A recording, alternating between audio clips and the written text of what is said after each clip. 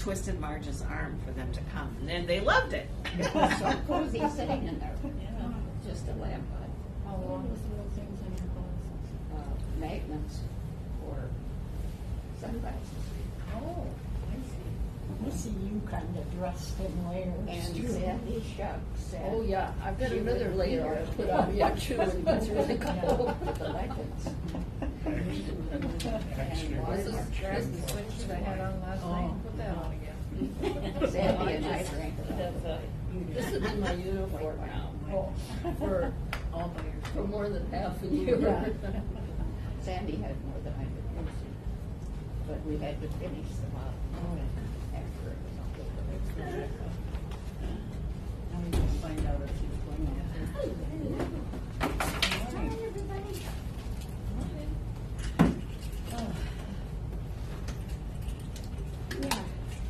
Rebecca, are you going visiting this morning? Yes.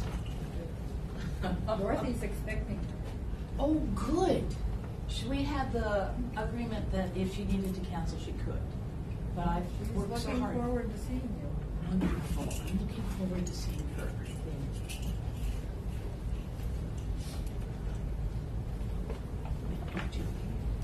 Dorothy, how you can all get a hold of Dorothy anytime, but I've been trying to call her for 5 months and I can never get hold of her. Really? Really? Never once. She got a different phone. She's never answered her phone.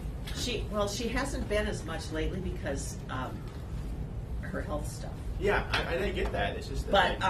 But if she has the phone by her, Try a little after 7 in the morning.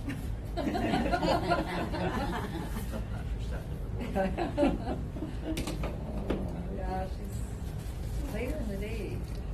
She doesn't answer the phone because I've tried it. I think she's sleeping. I think so too. Yeah. Yeah, I do too. And she doesn't have appreciate it. voicemail, so. No, that's the issue. Yeah, and her voicemail box, it doesn't work, so can't leave her a message. Praise the King someday. We are going to look at Psalm 46 and the Luke text, just so you know.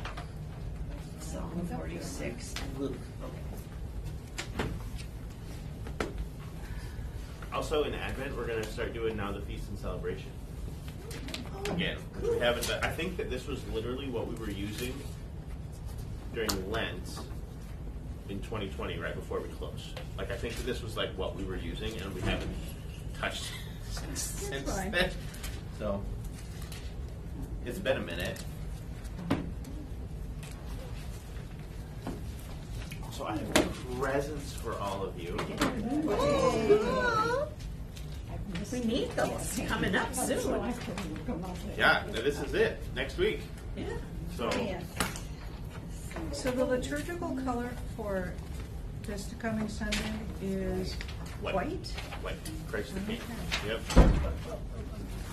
One last feast day for the year. And we'll, I'm going to take us down a path of We got enough. random discussion about Christ the King Sunday as part of my discussion on Luke today. So, because I find it hilarious and funny and wonderful, and you may not, but I'm going to do it anyway. The only question I thought I got right on the pre-quiz to some class at Lutheran, and I got it wrong.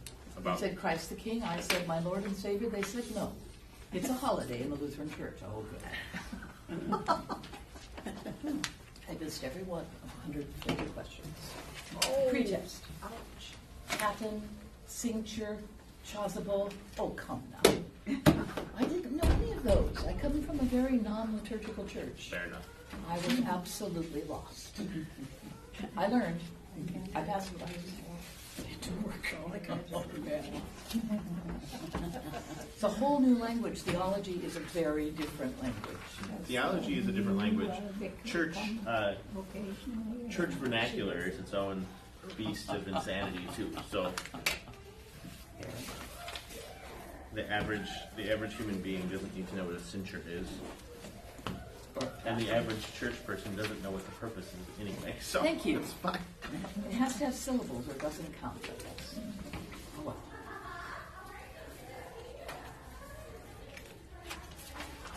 Hi, everyone. Hi, good morning. All right. Well, it's good to see you all today. Good to have some of you joining us online as well. Hello. We are going to look at Psalm 46 Yes. and at Luke 23 today. And we'll start with Psalm 46, which Wonderful. we have agreed for both of us is one of our favorite psalms, and Judy, would you pass these out? Thank you. it'll be wonderful. And we also just had it, so if it looks at all familiar to you, it is because it is the traditional Reformation Sunday text. And so we literally just had this less than a month ago on Reformation Sunday as well. So And getting to teach on it means that I read it with a very different lens than I normally do if I'm listening to it in church. I've made a couple of translational changes, and we'll talk about that in a minute. But I want to start out by saying that when I was at my little conservative church, lovely people, but women absolutely do not teach, preach, or any of that stuff. That's for men over 30. I had fallen in love with Hebrew, and I was starting to take Hebrew classes, and I had my little Hebrew Bible with me, and when the pastor would read something, I would try to follow along, and I never could, but I kept trying. And a woman saw me doing this, and she said, "What's wrong with you?" And I said, "I'm taking Hebrew." And she said, "That's Old Testament." And I said, "Yes, it is." She said, "I thought you were a Christian." Oops. Sting. And I come to All Saints, and the first Lenten series that I got to participate in here, the first one I saw, I've been here a couple of weeks, Pastor Jules and Pastor Tanner were going through the Psalms and having people look in the Psalms to see what sounded familiar, what Jesus might have said. Yeah, the Old Testament was his Bible. Of course, sometimes when he said things, it sounded like the Psalms. He knew this by heart. By the way, so did the scribes and Pharisees. Mostly they sang it. Yeah. But I fell in love with Hebrew. And because you don't usually get Hebrew on the streets here, you have to go to seminaries to study Hebrew. And I did. And one day found myself packing everything I had in my little car and driving to New Jersey to be a pastor. I did not go to seminary to be a pastor. It just kind of happened through the study of Hebrew. So I take it kind of personally when people have bad words against our Jewish brothers and sisters. We adopted ourselves in. Christ invited us in. And this is our treasure trove. And this was Jesus' Bible. So Psalm 46 is part of that. As Tanner said, we've already had it. This time as we read it, it has, I'll divide it up for you in a way that makes sense to me, but it also has words that are very relevant for us today. I've given you pieces of paper. I hope you'll take out your pencils or pens. And when you get to a certain phrase that makes sense to what we're facing today, would you mark it down? And then if you would, at some point, would you then tell the rest of us how that phrase seems applicable to our lives today? Because it does. We're all over this. This is a remarkable psalm, and the more I read it, the more I see in it. And I'll read verse 1 and go around, but please let me say, I've written verse 1 in little letters to show you how the numbering is different in the English Bibles from the Hebrew Bibles, because the title is usually cut out, but is actually part of verse 1. Okay? So I'll go around this way, and you can round us with a great... I think you'll get verse 11, but we'll see how that goes. we'll see how it goes. Okay. To the leader of the Korahites, according to Almoth, a song. God is our refuge and strength, a very present help in trouble. Therefore we will not fear, though the earth should change, though the mountains shake in the heart of the sea. Though its waters roar and foam, though the mountains tremble with its tumult, Salah. There is a river whose streams make glad the city of God, the holy habitation of the Most High. God is in the midst of the city. It shall not be moved.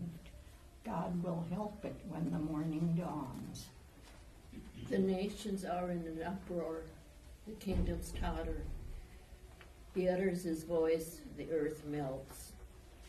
The Lord of hosts is with us. The God of Jacob is our refuge, fortress, Shelah. Come behold the works of the Lord. See what desolations he has brought on the earth. He makes wars cease to the end of the earth. He breaks the bow and shatters the spear. Oh, he burns the shields with fire. Be still, cease, stop doing, and know that I am God. I am exalted among the nations. I am exalted in the earth. The Lord of hosts is with us. The God of Jacob is our stronghold, or refuge. Refuge. Or fortress. Or fortress. There we go. Your holy pause? Salah. Shalom. I loosely divide this, and this is all Rebecca, this is not the scholars, but the Selah, which Tanner explained to me is a holy pause here at All Saints, is how I first heard that. Normally, as a Hebrew student, I heard it means some musical stop, something, that we don't know what it means. Almoth is some kind of instrument. We don't know all of this. We do our best guess sometimes in Hebrew. Educated guess, but still best guess. So as we go through this, please write down what strikes you as one of the things that we're confronted with today. But I love the idea of a holy pause. So if you look at the paper you have in front of you, not your wonderful different translations, after the first Salah on verse 3, I see those 3 verses as looking to the past, the way past. And then verses 4 through 7, the other Selah and the first of the refrains, the Lord of hosts is with us. The God of Jacob is our, I'm going to go with fortress, because the word in verse 7 is different than the refuge word in verse 1. They're synonyms, they're close. But whenever you get a different word, and Hebrew doesn't have all that many words, so when they intentionally give you a different word, and they're different, I like to distinguish that in the English. So stronghold is fine, fortress is fine, refuge is fine, just not the same word in verse 1 as in 7 and 11. So 4 I see more as future hope, 4 through 7. And we'll talk about that. And then verses 8 through 11, I see that more as the days that we live in now. And as I say that, every verse in this could apply to us today. So I see the first 3, way past. The next as way future. And the last as consolation for us today. So let's talk about this thing. God is our refuge and strength, a very present help in trouble. Yeah. Have you been in a situation where there was no hope and you turned around and you went to God as our refuge and our strength? Therefore we will not fear, though the earth should change, though the mountains shake in the heart of the sea. Wish I were a good artist, because I try to paint on the board the ancient view of the world. Standing on a turtle or standing on the 4 pillars, if the mountains are going to shake in the heart of the sea, we're going to lose the world we live in. And then you seem to know these guys by name, the demons that live in the heart of the sea, the ancient gods. Tanner's the only one who's brought up some of the names that I'm supposed to learn. Oh, like Tia. Tiamat, for sure. And Marduk. Marduk, and in the sea we've got El, and we've got Enki, we've got the gods of the deep. The chaos. Absolutely. Mm-hmm. Tohu vavohu, the absolute extreme chaos. It's in the heart of the sea. So what happens when the sea is roaring and foaming and tumult? You're in danger of losing the earth. You're in danger of angering the ancient gods. You've done something very wrong. So this was an ancient fear. And the gods are very present in Israel. The Israelites wouldn't go near the sea. They hated the sea. By the way, Yam, sea is another name for one of the powerful gods. So that for me is very ancient, very old, but some of that strikes us today. We've dealt with some of this stuff, and the fear it talks about is real. Then number 4 has to be my favorite verse. I'm sorry, I won't spend long on this, Tanner. You just But- keep on rolling. This is the only writing in the entire Hebrew Old Testament, and only twice in the New, where the word river appears in what seems to be Israel.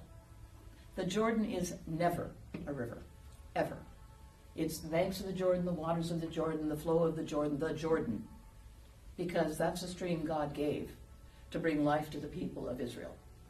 Only here does river, the word river is also a god, Nahar, appear in the land of Israel. But is it? The holy city here is not named. The holy city is Jerusalem. It's not named. So for me, this is what will come, because river actually occurs. God has already taken over. You won't find that word anywhere. We've got the Euphrates River, the Niles River, the Tigris River, but not within the land of Israel, because these are foreign gods. So something very odd is going on here. And even Ezekiel's, when the water comes out of the temple, and it flows and it heals the nations according to the Revelation, that's a nahal. That's a flowing stream. It is not a nahar. This is the only river in the Hebrew Bible that I could find. And I have a book to prove it. I wrote the book. I know you did. This is the reason that I'm fine with singing Down to the River to Pray. Which just sends chills. But the eschatological river, fine. The future river, We're going fine. to the eschatological There we go. river. Yeah, but just only- hold that in your mind. Let me sing It's the the song. already blessed river. Yeah. Has to be, Yeah. clearly. And I still shake. Okay. This is a river. This is a city.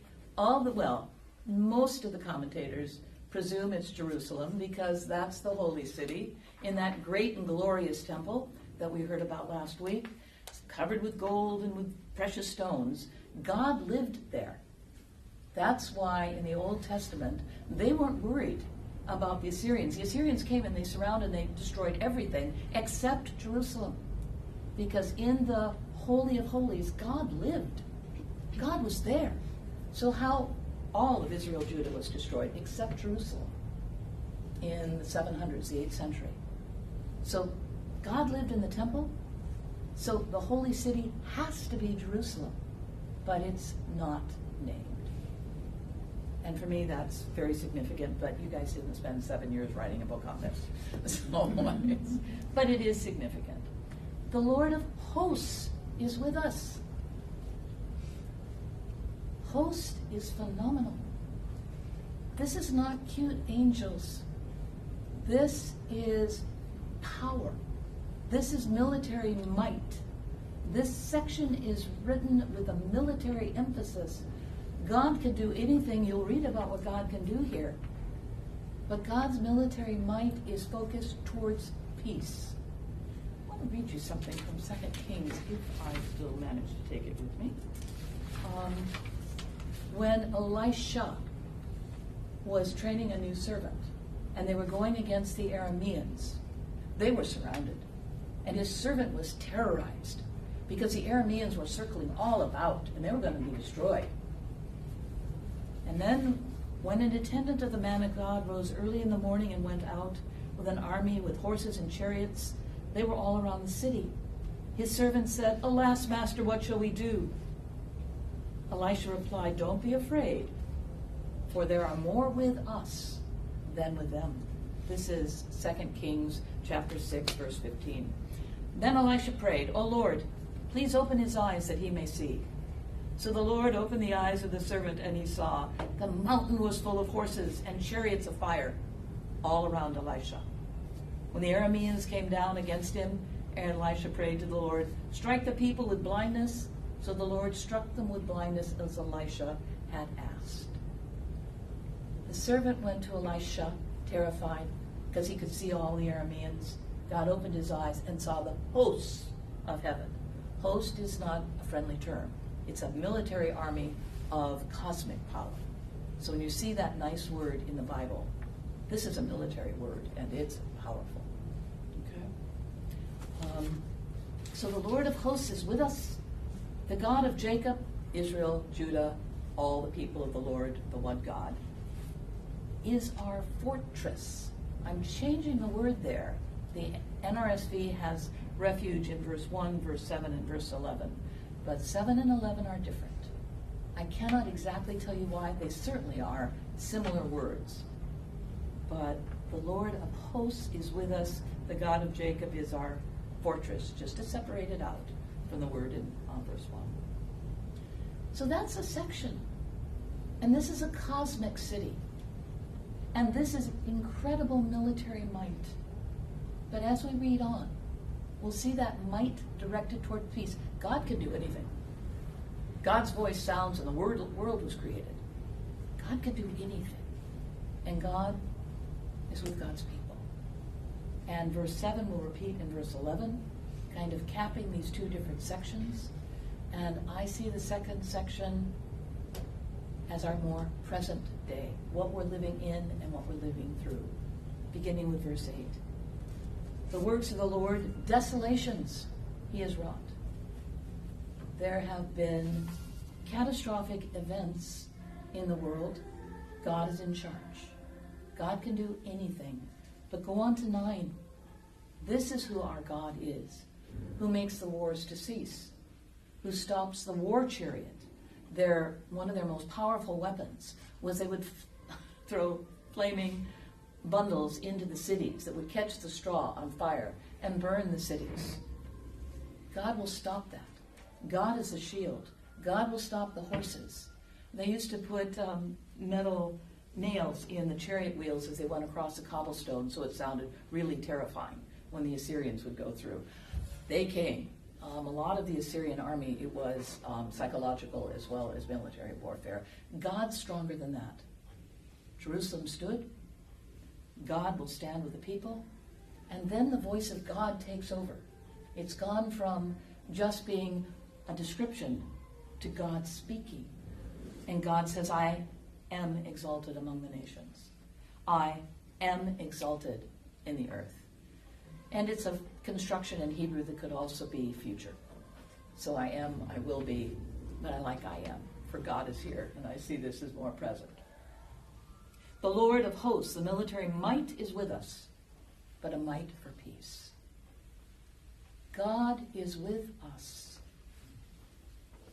When Jerusalem did not fall in 722 BCE, with the Assyrians surrounding it, people started to recognize that something else was coming on our earth, that God is with us. God with us? How do we say that in Greek? You know. How do we say God is with us? Every Christmas we bring up this word. Hallelujah. Praise. You're close. God with us. El is God. With us, Emmanuel. Emmanuel is with us, El.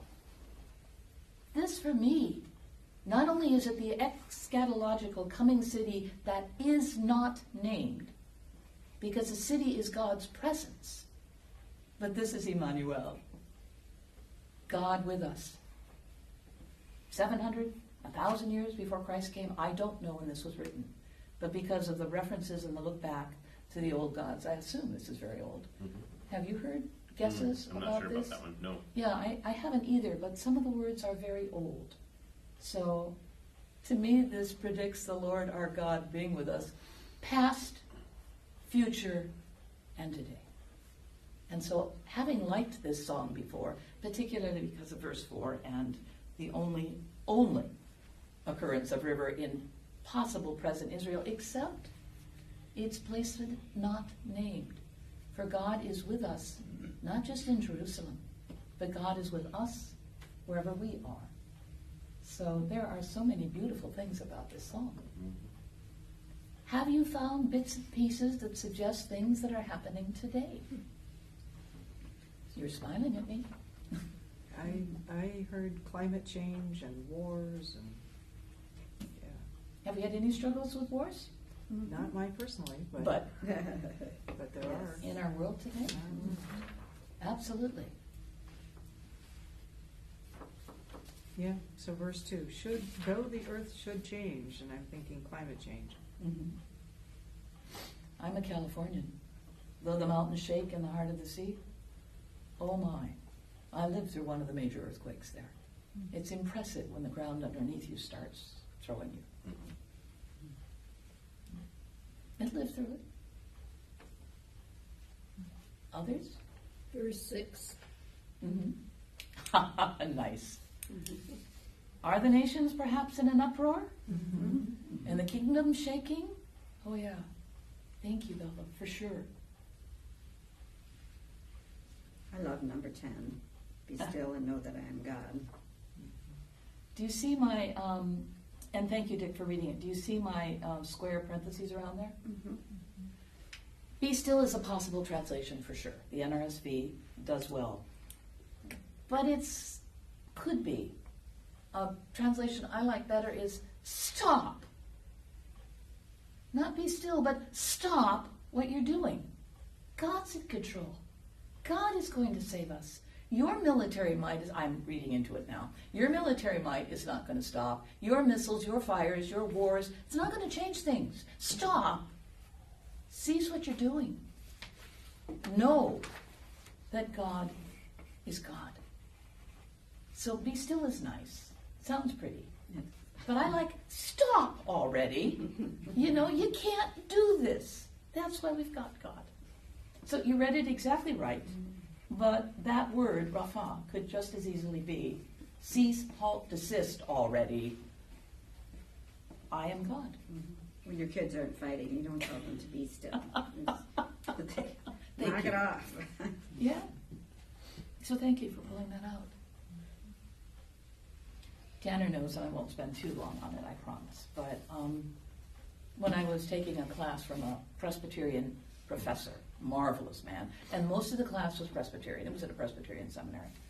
Chong Leong Xiao, who I will contend is the best of all Hebrew professors in the United States. He wrote the books. I mean, he's great. He's teaching a class. I'm in the back, I was auditing. My mind is drifting. And he said, Rebecca, let's sing A Mighty Fortress is Our God. I'm in the back of the classroom.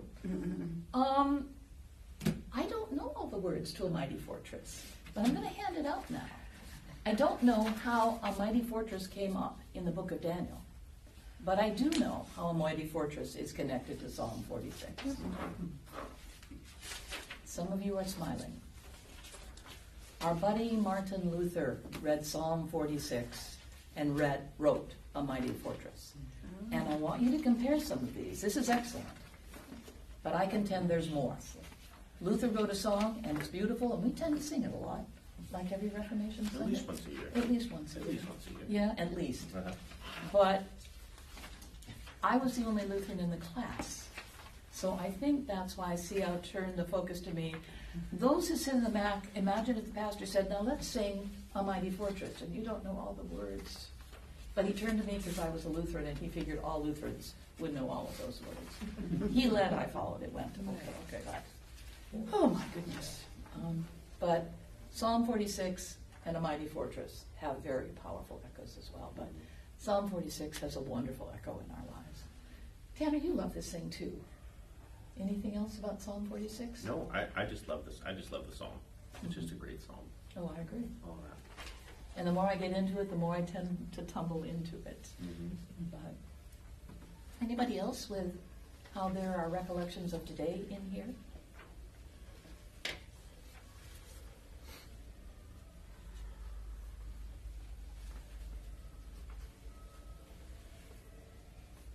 I'm pretty fond of the stop because I tend to try to make things better myself. And I know better. Or I am God. I like that too. It's always a good reminder. Oh gosh, yes. particularly with kids. Yeah. Walter? Yeah. Okay. Shall we look at Luke? Oh, yeah. Let's turn to Luke. Luke chapter 23. And we'll begin at verse 33.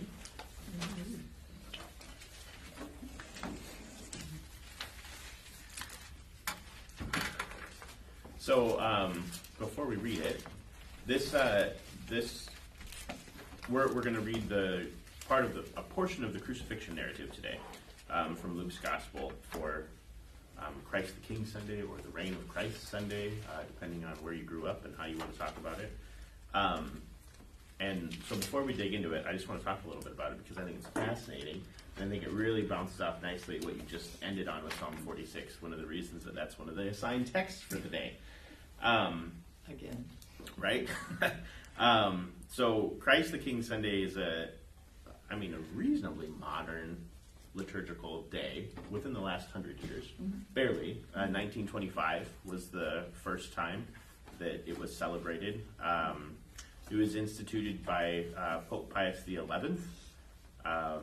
in response specifically to, and I want you to hear this, in response to secular ultra-nationalism.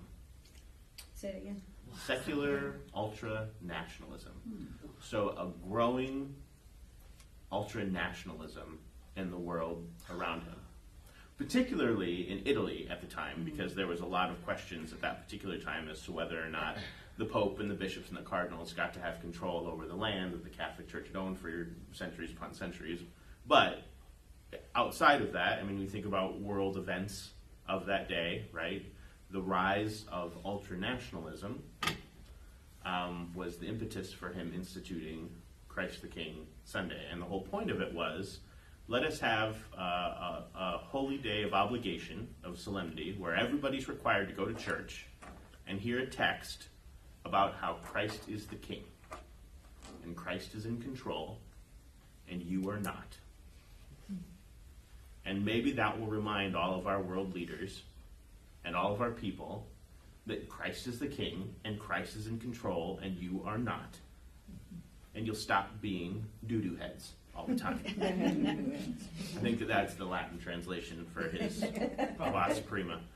And that was the point, right? Like, that was the whole idea behind this text. Now, interestingly, he instituted it on, it was supposed to be on the last Sunday of October, which, for those of us who are Lutheran Protestants, the last Sunday of October is Reformation Sunday. Yeah.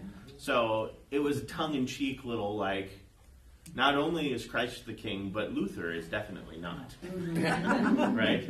And then a couple of decades later, Pope John, one of the Pope Johns, switched it to the last day of the liturgical year. So this is the end of the year, right? This is our New Year's Eve in the church calendar year, and then we begin the new church year with Advent 1 the following week.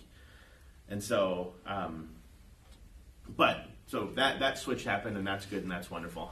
But the celebration of it remains with all of the texts that we have today. The Jeremiah reading is about woe to the shepherds, right? Woe to the kings who scatter the flock. You leaders of the world who are not doing what God has asked you to do, not doing what God created you to do, not being who God created you to be. You who are unrighteous and have scattered the people and divided the people and pitted them against one another for your own gain. Oop-a-doop-a-doo. And then Psalm 46, which is a beautiful reminder that it is God and God alone who holds us and who gives us refuge and stronghold and is our fortress.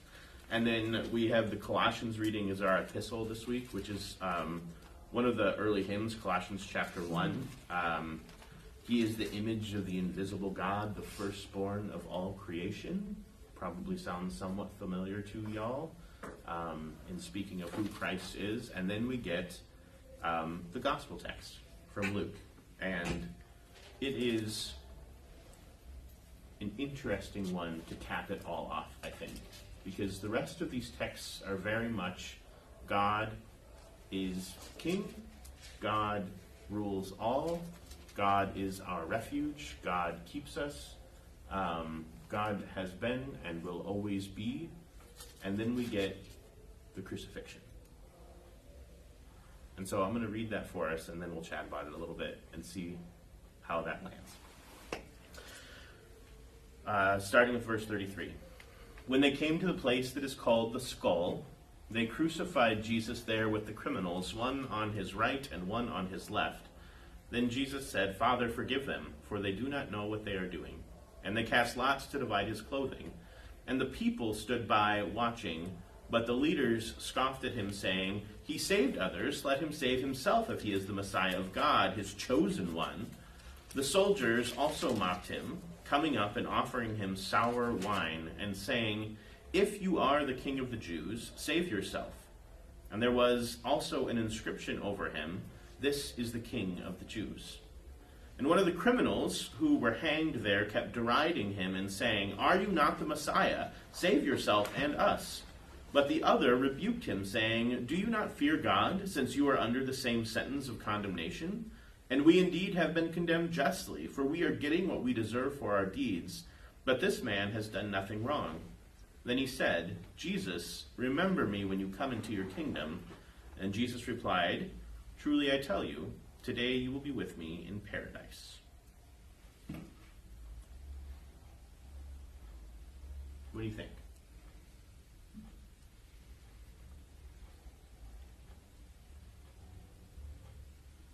It always seems strange to me that this is the text that we have like the week before Thanksgiving, right? Like we're turning our hearts and our minds toward Christmas, but then we have to have the crucifixion text. Just like one more time. And end of the world on either side. And the end of the world on either side. Last week we had the apocalyptic text, and then the next week after this, we have a Matthew version of an apocalyptic text, right? So, it's good times, really. 3 weeks in a row here. What sticks out? Well, I mean, it's clearly, right, it's obviously a familiar text to us. But out of the context of Holy Week, I think that it allows us to view it and kind of think about it in a new way. So is there anything that sticks out? Well, it may not be on topic, but the second man who goes on this well thought out, we're getting what we deserve, but I happen to know this guy doesn't deserve it. Yeah. Which seems a little bit odd, but my book makes a notation that even here Jesus meets a faithful Jew. Yeah. Right? So he may be a criminal, but he's a faithful Jew. Yeah. I think that that's really important, actually. Because what we see in this text is a series of concentric circles, right? We begin with, and in verse 35, we have the people stood watching, right? So imagine the group of people who stood watching, and the Greek word here, I told you I'd do a little Greek. Okay. The Greek word here is laos, from the word that we get laity from. And this is very, very specific in the New Testament, and in the Gospels in particular, in Luke's Gospel in very particular, when the word laos, laity, is used, we are talking very specifically about the faithful, chosen people of God who gather for worship. Right? Like, these are the faithful. These are faithful Jewish people. These are the church-going folk. Right? These are the ones who have gathered here. That's the language that's being used. So we have the laity who have gathered around. And then we have the leaders, right? In verse 36. As verse 35 continues, but the leaders scoffed at him, saying, He saved others, and let him save himself, if he is the Messiah of God, right? His chosen one. And so we have the leaders. And then we have the soldiers, the Romans, who mocked him. And then we have the criminals, right? And literally, the word in verse 39, one of the criminals who was hanged there kept deriding him. The word deride is in Greek blasphemiae, which is where we get blasphemy, right? So they are the blasphemers that have gathered on each cross around him, right? Like that's what they are originally, which is fascinating, right? And so the way that it presents is that you have the faithful few, the faithful folk, and then it gets just worse and worse and worse and worse and worse. But then all of a sudden, this criminal speaks something different, right? And the argument then becomes, if between the two criminals who are hung on the crosses next to Jesus, one of them is a faithful Jew, are there not faithful folk in each of those concentric circles as well? Because everywhere that Jesus went, every group of people that Jesus ever encountered, even the folks he disagreed with vehemently, there were people of faith. People who were just trying to figure it out, right? Not every Jewish authority, not every leader in the synagogue or the temple was just out for their own gain, right? Many of them were deeply concerned about heresies that they thought that this man was committing. And they were deeply concerned by that because they loved God. And they loved God's temple. And they thought that what they were doing was protecting this space where God resided and the people got to interact with God, right? There were Roman soldiers, we know from the scriptures, who disagreed with what Rome was doing. There were Roman soldiers who converted to early forms of Christianity, who sat in the outskirts of the temple and learned from the rabbis. Like, we know that there were Roman soldiers who were thinking to themselves, maybe this isn't what we're supposed to be doing. And we know that amongst the laity, amongst the faithful folk who gathered around, there were people who were there who were followers of Jesus as well. Right? So in each one of those places, we have examples from the rest of Scripture where Christ has encounters with faithful people from those groups. That they come from unexpected places, right? Which is what makes the gospel so challenging. Because what we would really like is for paradise to be full of likable, nice people who we have handpicked to hang out there with us. Because of course we're in. Because I'm a likable and nice person, so I should get to be there. And then I get to pick my friends. But that's not how it goes, right? Sometimes criminals get to be in paradise too. Not sometimes. Really, Jesus says pretty much more than what you want it to be, right? Except my father-in-law's a World War II vet, and I always tell him, now when you go to heaven, you're going to see Hitler. And he just, no way will he be in heaven. He just does not believe that. But I keep telling him he is. It's hard to think like that though, right? Like it's hard to get past. For that generation, he was devil himself. Yeah, absolutely. And so, what that leads to then is that this story becomes a story about forgiveness too, right? And who gets it and who's worthy of it. And Jesus makes it pretty clear throughout, the Bible, that forgiveness is a kind of all-encompassing sort of thing, and that we're supposed to spread it around quite a bit, which is hard sometimes with some folks. But one of the questions then becomes, what are we doing as God's people to be agents of forgiveness in a world that is ever divided, right? When we think about the Jeremiah text, and we think about the divisional the leaders who divide, the leaders who pit people against each other, God says through the prophet Jeremiah, I will overthrow you, and then I will raise up new leaders who will do the things that they're supposed to do. To build and plant, right? So it's not just let's get rid of the people who aren't doing the right thing. It is, how do we then become the leaders who are doing the right thing? And what does that look like? Because it's significantly easier for me to sit in my office and complain about the people who are doing the wrong things. And it's significantly harder for me to go out and actively have to do the right things. Because that takes work and effort and probably a small or large degree of discomfort. And courage. Yeah. And a lot of forgiveness in some points. And a lot of forgiveness. Yeah. Which Jesus, seemed to have in spades for some strange reason. I mean, Son of God thing probably helped out in that a little bit. And I'm, got to be honest with you, I'm not 100% convinced that they could have this sort of wonderfully coherent conversation while being tortured to death on a cross.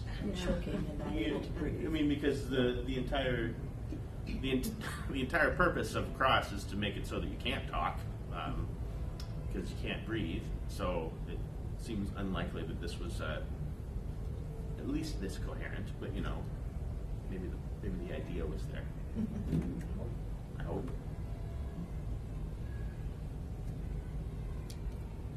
I don't know. What else do you see? What else do you think? I think that is very hopeful, that even though he was a bad person, Yeah. Jesus said, did you hear? Did you know? Yeah, the bell is ringing. It's fine. Don't worry about it. I think somebody's out there, so it's okay. I'm sorry. Will you say that one more time? Oh, just that last couple of verses, it's just very hopeful. It is very hopeful. We're not Right? bad people.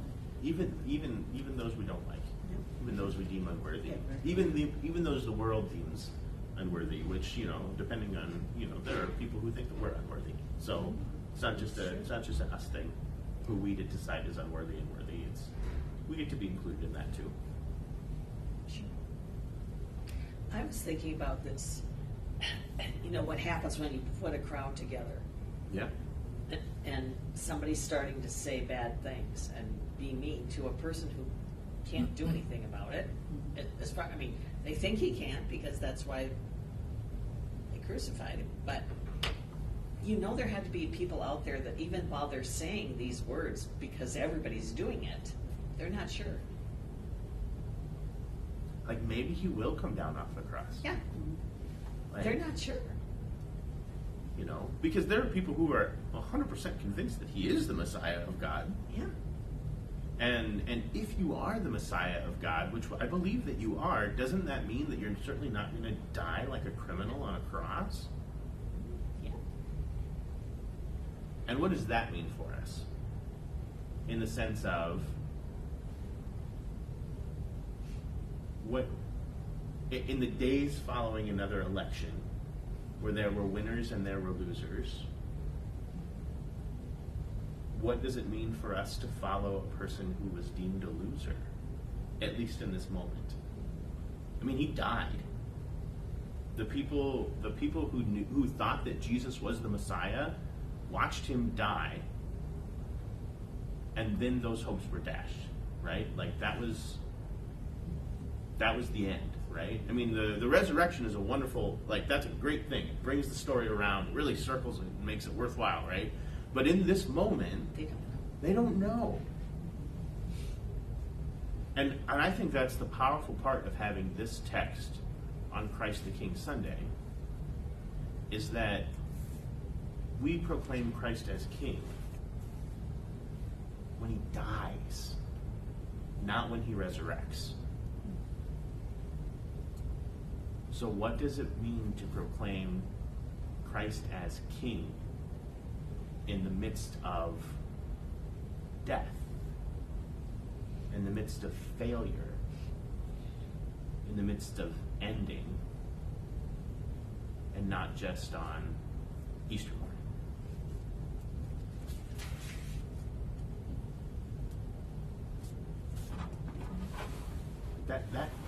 That changes things. I mean, we worship and praise a resurrected Christ, but we worship and praise a Christ who died first, right? I mean, I think that it means that the frailties that we experience, the tough times that we experience, the hardships see in the world, the divisions, the struggles, the pain, that is where we get to proclaim Christ King.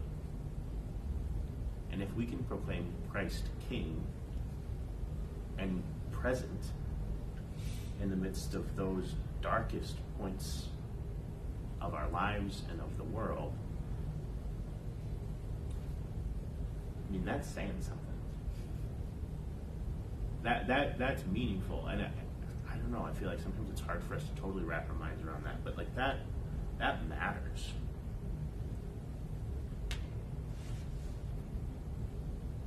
No argument. Oh, good. But that was, that's when they started looking backwards at some of the things that he'd said. But the terror of it was so strong that even when Mary of Magdala met him in the garden, she could not meet him, could not recognize him, because he had died. And no one had been resurrected at that point. The struggle Yeah. that Peter and John and the rest of the could have known, couldn't know. Yeah. Because it doesn't happen. He's dead.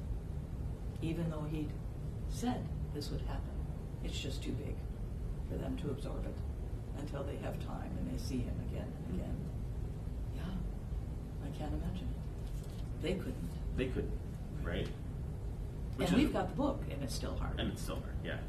But I mean, that's.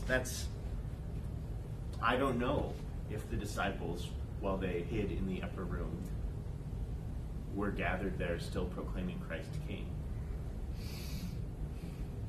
Right? They were scared out of their wits. Oh, yeah. They were hiding when Jesus appeared among them.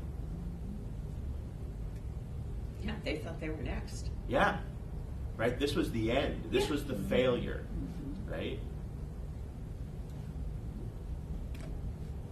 And it's not until Jesus appears again that they are confident, that they begin this change over.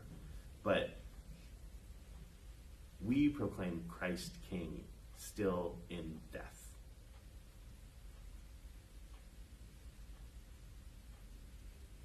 Which is a hard thing to do. And I'll reiterate again, I don't know if the disciples did that. In the moment. They didn't. They couldn't believe. No. They just couldn't, even with looking into the tomb. Peter knew something had happened, but John? Mm-hmm. Can't happen. It didn't happen. Sure. They have taken away my Lord. Not my Lord is surely resurrected, but have you taken him away? Where did you lay him so that I might go to him? In Luke, is it 3 times that he tells them before? Yeah. I'm going to Jerusalem, I'm going to be crucified, I'm going to be beaten, I'm going to die, but I will rise again. But though we can read those words repeated, how can you absorb those words if there hasn't yet ever been a resurrection? Yeah. I don't see how they could have. Except there was Lazarus. Yes, but in our understanding, he wasn't resurrected. I mean, he would again die. Yes. But no, you're right. He brought Lazarus back from the dead. But he did But it. he did it. There wasn't another Jesus floating Yeah. around to do it. To do for him. Yeah. No, even seeing that. Yeah. So, and reading in Matthew, once he dies, some of the tombs shake in the earthquake, and some of the dead rise, according to the Gospel of Matthew at the end. But they still couldn't do that. Those would still have died. The resurrection was unique in our understanding, as they taught me at God school, right? Nobody else has been resurrected. No. Others have come back to life. Others have come back. It's a strange thing. Yeah. It's one of those weird distinctions that we try to make. We For try. better or worse. Fair enough. Yeah. Yeah. So to be honest with you, I have no idea where I'm going on Sunday with this, because it seems like a very nice Bible study text, but not so much an 8 to 12 minute sermon text. And how do you end with the uplift of the gospel? Well, you have it in the last verse. No, it is there. It is. Yeah. It's right there. It's right there, which is great. So we'll see. Yeah. I wish you well. Hey, thanks. It was good. And Vicar Erica has... Another apocalyptic text next week. So good times had by all here. All right. Well, thank you all. All right. Thanks for being here. Thanks for coming. Thanks for those of you who joined us online today. Note that we did get our new Year A calendars, and so if you want to swing by the church and pick one of those up, they will be sitting in the. There'll be some back by the offices, and there'll be some in the narthex as well. So spread the word, folks. Yeah. No Bible study next week for Thanksgiving. No Bible study next week because we have Church, Thanksgiving. it's Thanksgiving. It's Thanksgiving. Yes. Don't come here.